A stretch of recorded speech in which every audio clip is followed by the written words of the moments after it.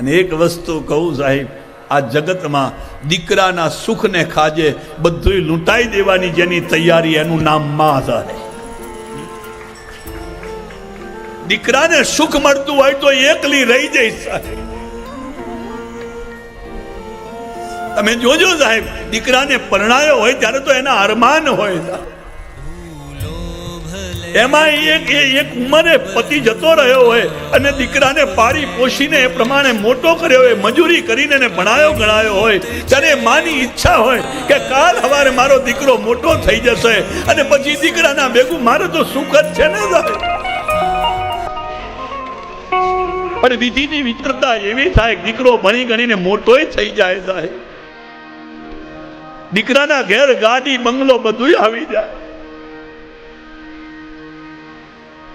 બંગલો મોટો હોય પણ માની જગ્યા ન હોય સાહેબ.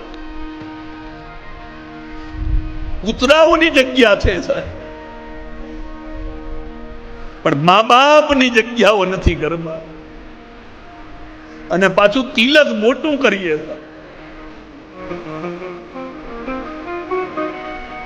ધર્મના મૂળ તત્વને સમજો.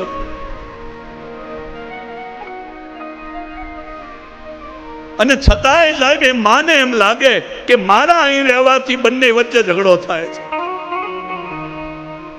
કારણ કે પત્ની એની એ પુત્રની પત્ની આને રાખવા તૈયાર ન હોય અને દીકરો બિચારો માને પણ ન કહી શકે.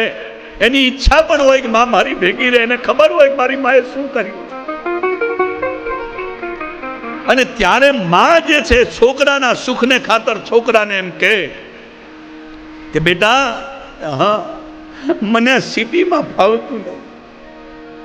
એક વસ્તુ ધ્યાનમાં રાખજો, કયા મા બાપને પોતાના છોકરાઓ ભેગું ન ફાવે સાહેબ.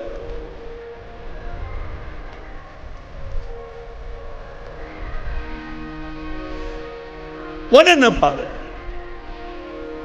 અને એને ખબર હોય કે મારા રહેવાથી આ બે વચ્ચે પેલું થાય છે, મારા દીકરાનું સુખ થાય.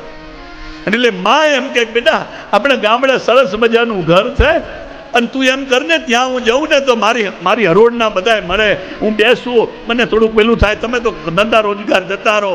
આમ કરીને સાહેબ દીકરાને તૈયાર કરે ને માં ગામડે આવતી રહે.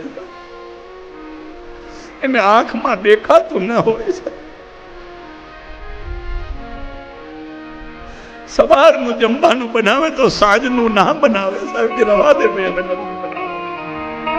શેને માટે? પોતાના દીકરાના સુખને ખાતર, પોતાના દીકરાને જગતમાં દેખતો કરવા પોતાની એક આંખ દઈ દે, એનું નામ માં થાય.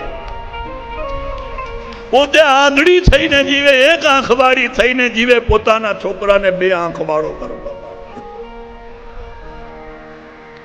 આ યશોદા અંબા હારી ગઈ.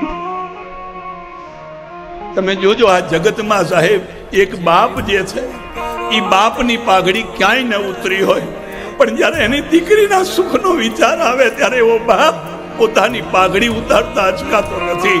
એ માં પોતાના દીકરાના સુખને ખાતર સાહેબ બધું